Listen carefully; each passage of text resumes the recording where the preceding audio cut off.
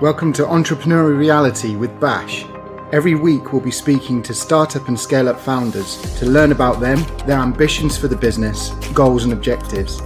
Every conversation is a moment in time, documenting entrepreneurs' current situation with a view to coming back next year to see how they are getting on. Each journey will be different.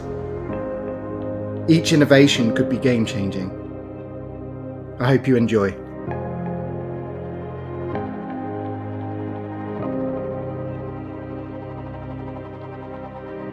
Series 1, Episode 9, Entrepreneurial Reality with Bash. I have a great guest with me here today. Ellie, if you could be so kind as to introduce yourself and give a bit of background of how you got here today.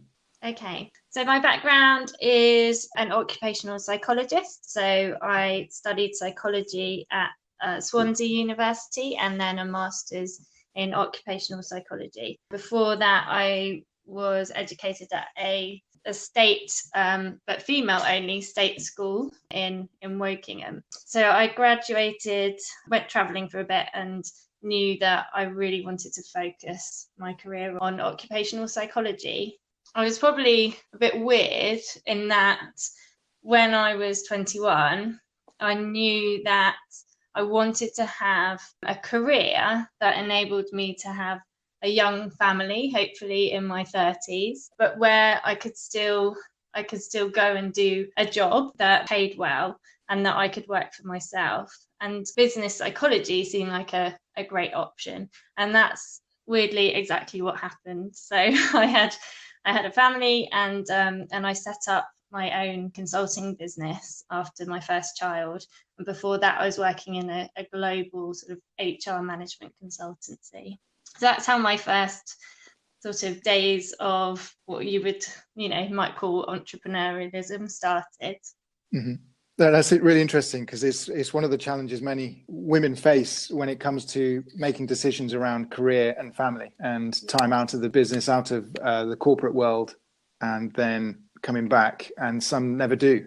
That is a major challenge, and it seems like you worked through that challenge very, very well. Definitely, and there's probably a theme that might come out through this, and that when I was sat there having dinner with some of my mum and dad's friends when I just graduated and actually said that what I wanted to achieve in 10 years' time was to be able to have that balance. And one of the males that was sat around the table said, "You're naive if you think that's going to happen." And it really shocked me, but it also just made me think, well, I'm quite stubborn, so I think I'll probably show you. Good. And and that's what happened. So, working with your partner, did they help? How did you cooperate in raising the family and also enabling you to do your work as well? Yeah, well, my husband has.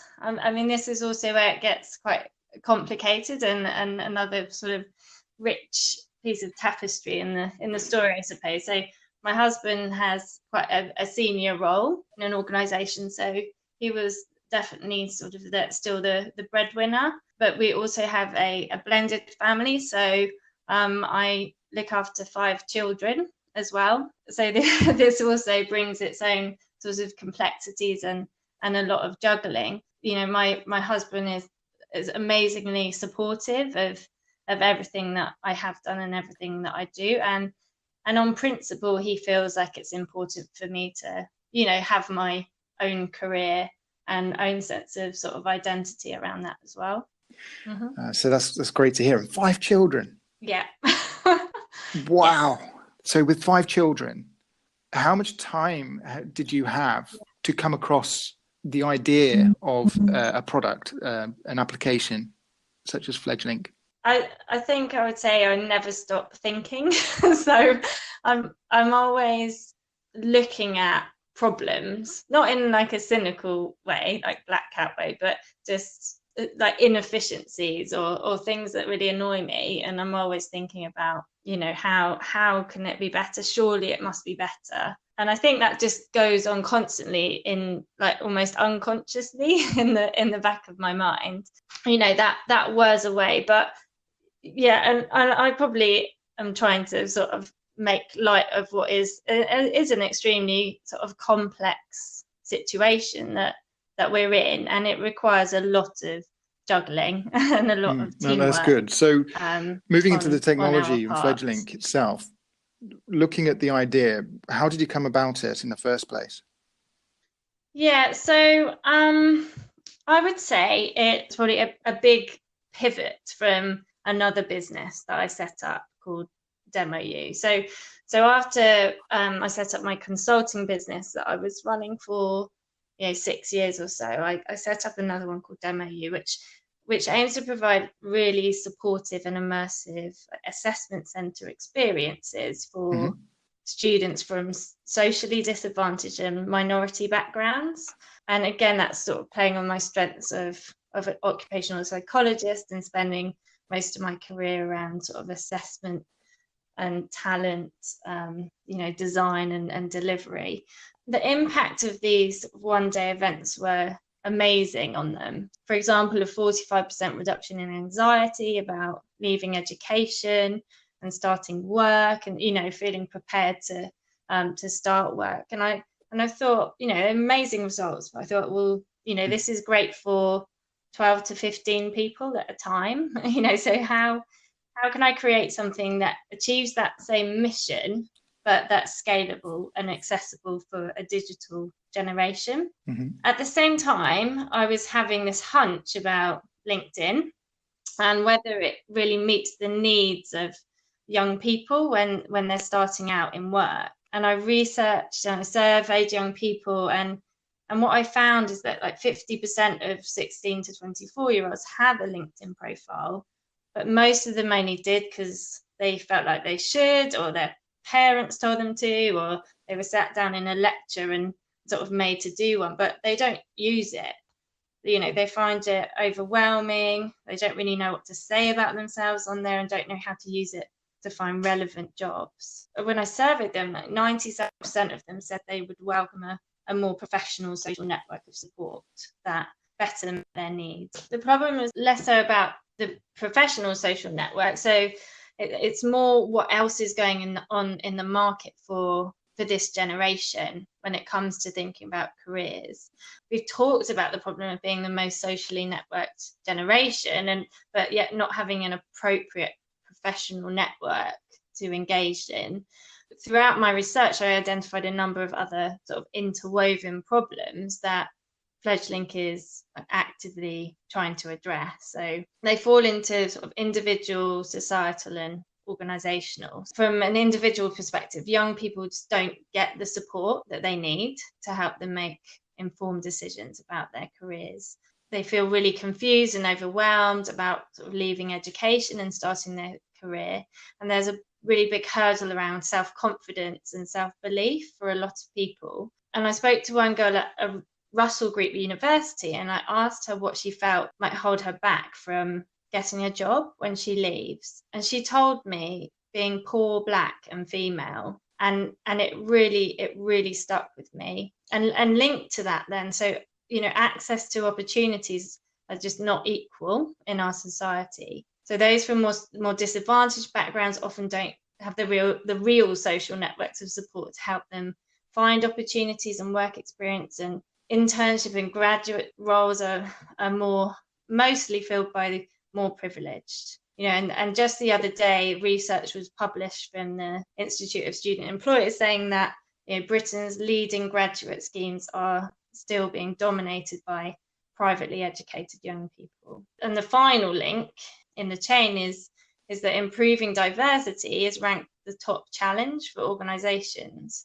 who recruit for early career talent, but they struggle to know how and where to attract the diverse talent, and are often looking in the same places as they've always done and wondering why they can't find them. And Fledglink is that dedicated platform through which to engage, attract and recruit from, and takes a big step forward in helping to solve all of those problems.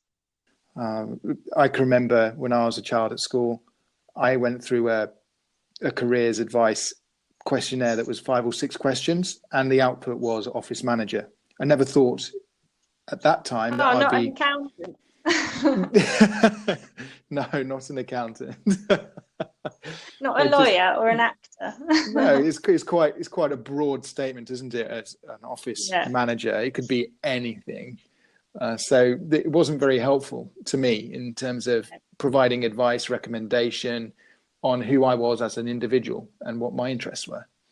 So yeah, Yeah, and I'll probably get in trouble for saying this, and I don't, but I'm not sure things moved on that much I'm not within schools. surprised.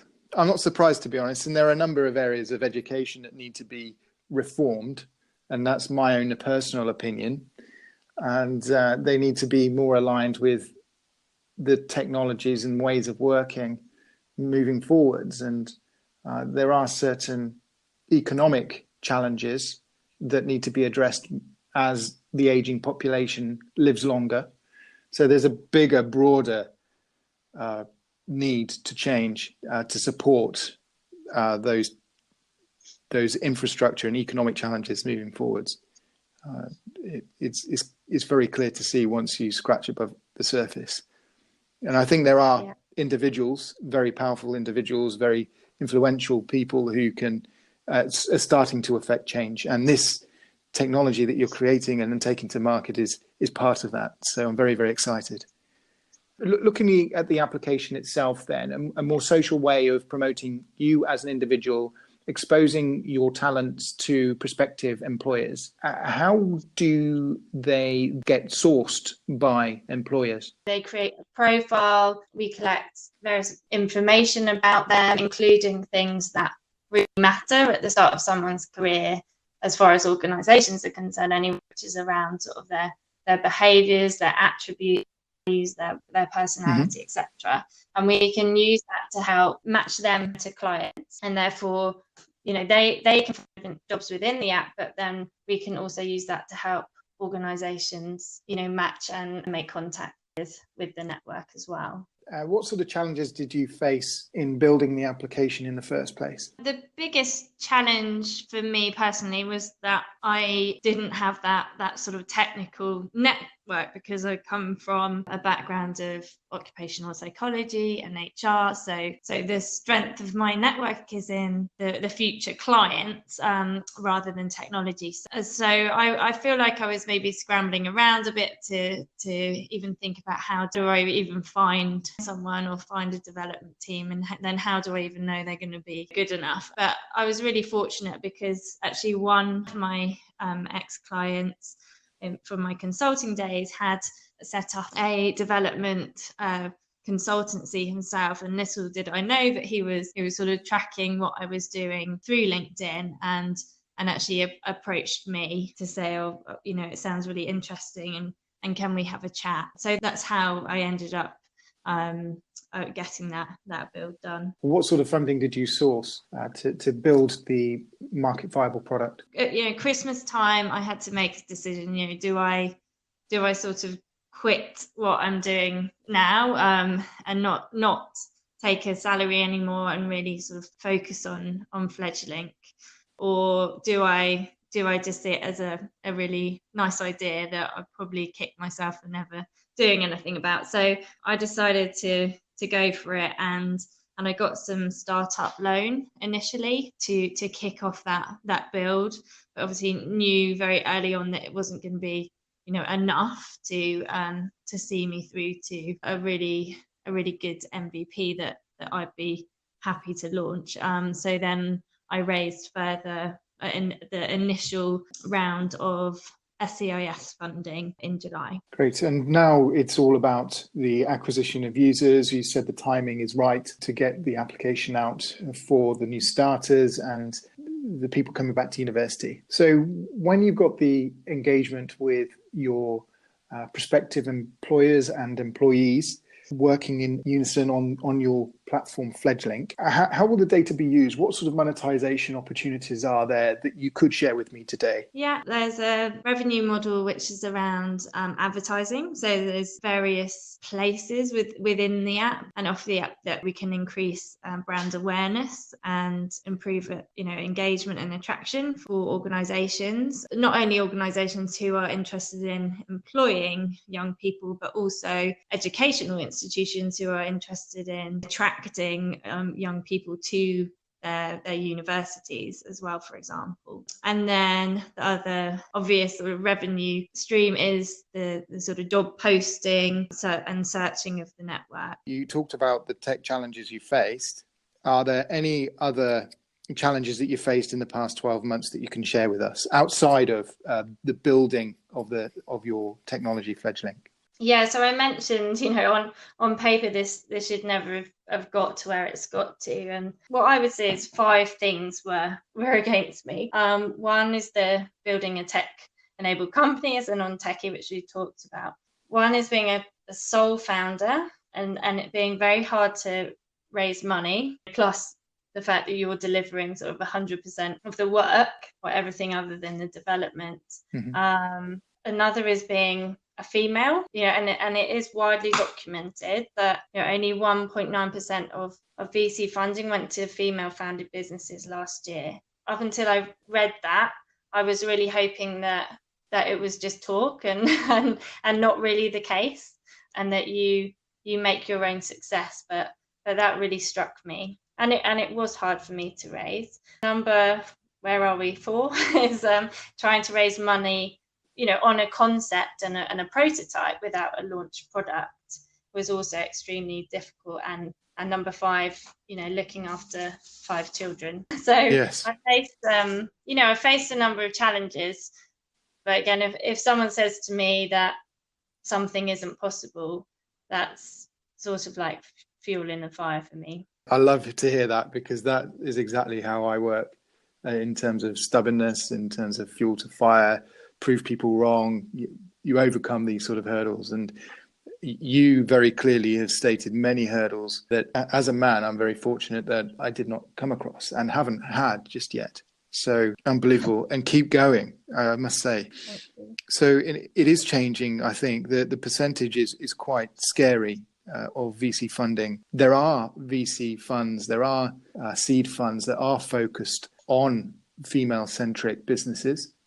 In terms of building your team, have you had any thoughts around, well, as you scale, as you grow, you're going to need help?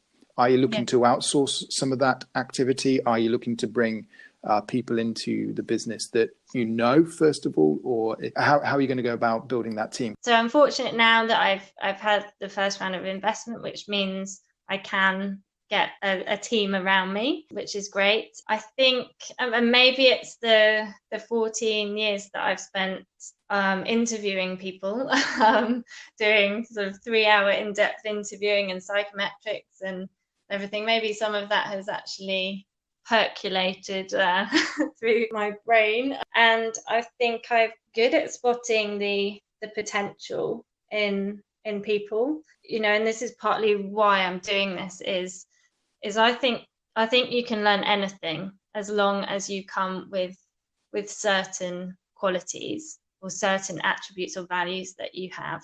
I look for those things first and that passion first. Anything else we can learn and we can work through. List, say, the top 3 that you would expect of an individual that could learn anything. Well, if you download the app and look at our Fledglink ambassador role description, you'll see you have to believe in Fledglink mission. You have to believe it is going to change the world. That needs to come through everything you do and everything you talk about. Mm-hmm. You just need to have that initiative to get, muck in, leave your ego at the door, be open to change and open to creativity. And I feel those things are so important to, a great foundation, I suppose, to be able to start building a team. And the 2 people that I have hired and that are around me right now have all of that in spades. Fantastic. But when I talk about, when you ask me about what does the team look like and how do we build it, again, hopefully I can draw on my expertise of organizational design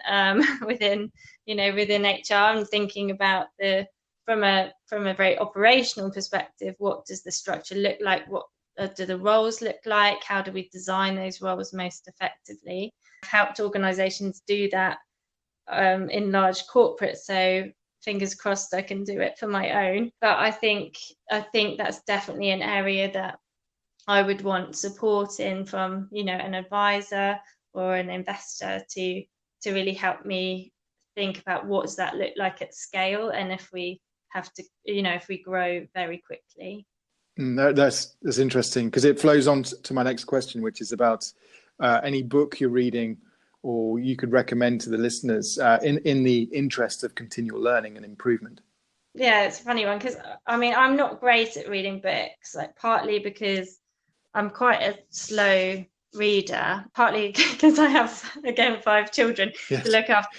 So when I'm not working, I have very little downtime. So I'm a bit behind on the times, but I've just read Growth Hacker Marketing by Ryan Holiday, which is amazing, because I'm constantly thinking about what creative ways we can engage, this population, so 16 to 24, with not much money. And this book's really helped me this week, because I was at a freshers event at one of the universities here in the UK, and I felt like it was 3 full days of test, learn, quickly adapt, and then do it all over again from day 1 to 3. By doing that continual learning and testing, is it working, is it not, we significantly increased our download rates. Amazing. And have you considered any partnerships that already garner the attention of the demographic you're referring to? Constantly. Yeah.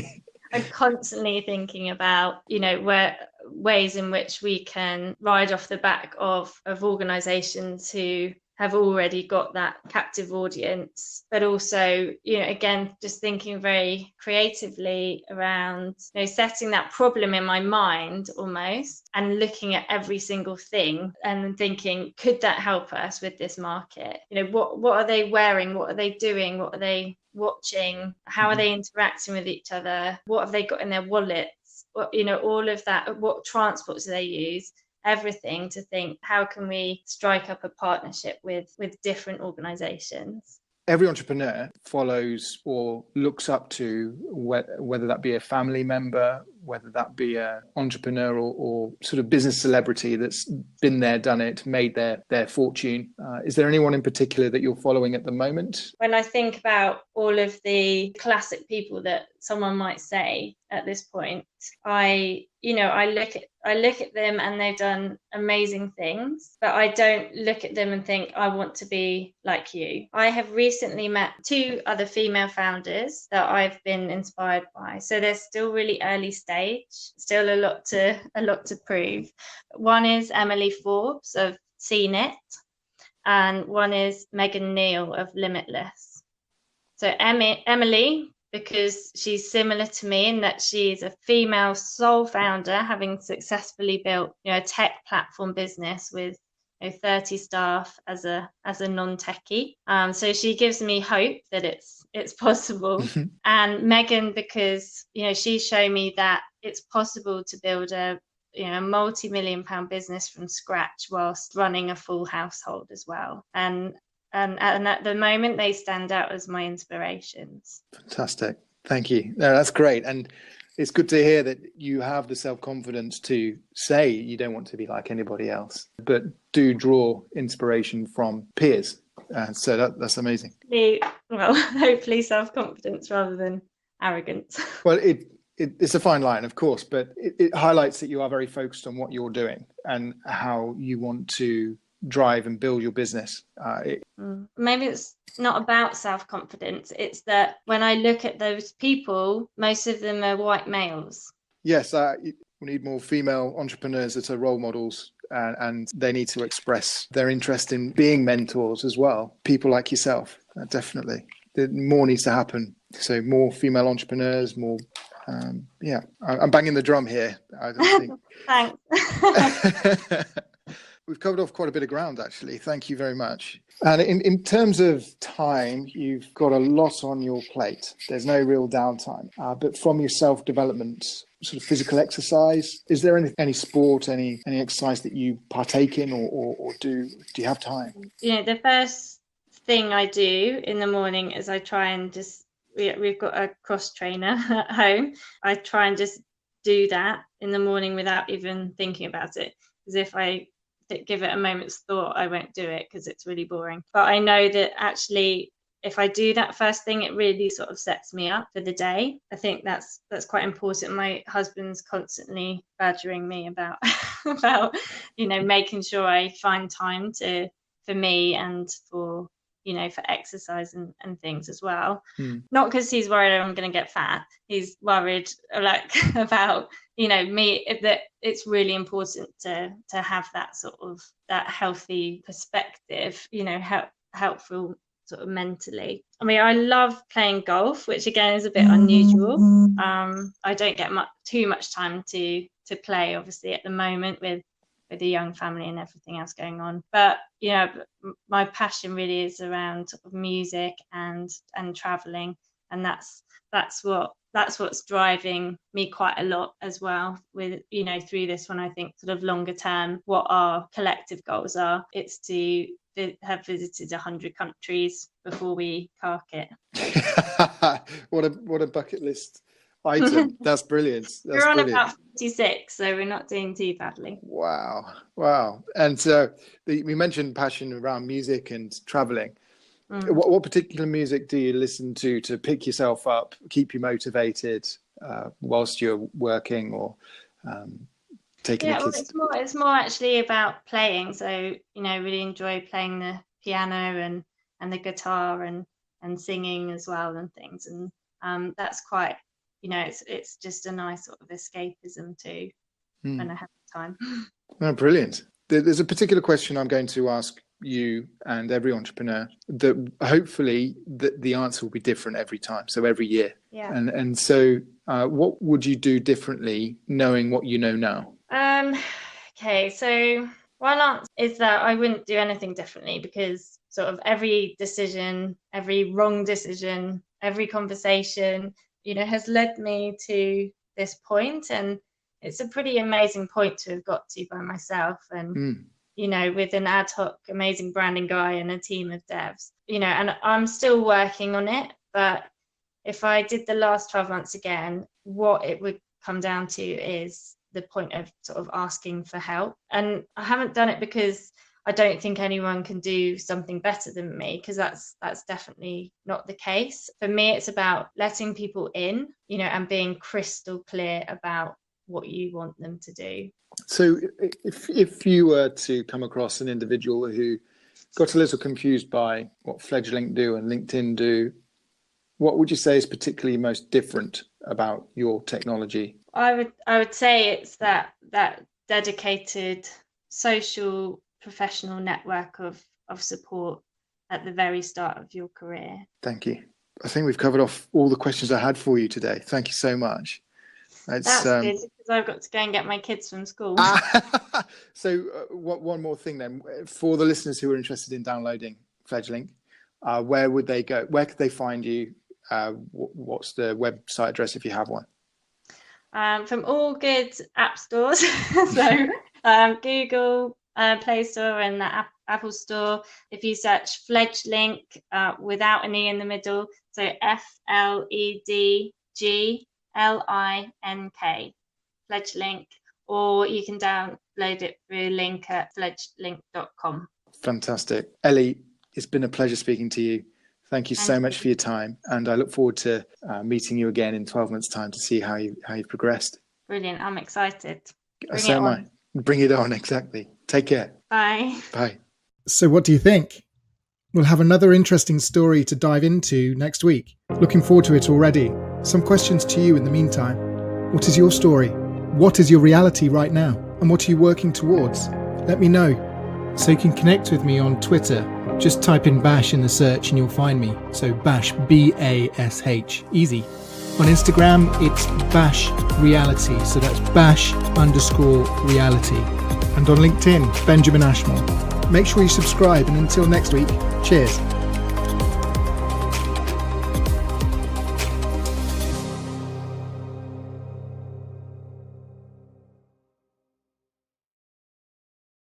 The podcast you just heard was made using Anchor. Ever thought about making your own podcast? Anchor makes it really easy for anyone to get started. It's a one-stop shop for recording, hosting, and distributing podcasts. Best of all, it's 100% free. Sign up now at anchor.fm/new. That's anchor.fm/new to get started.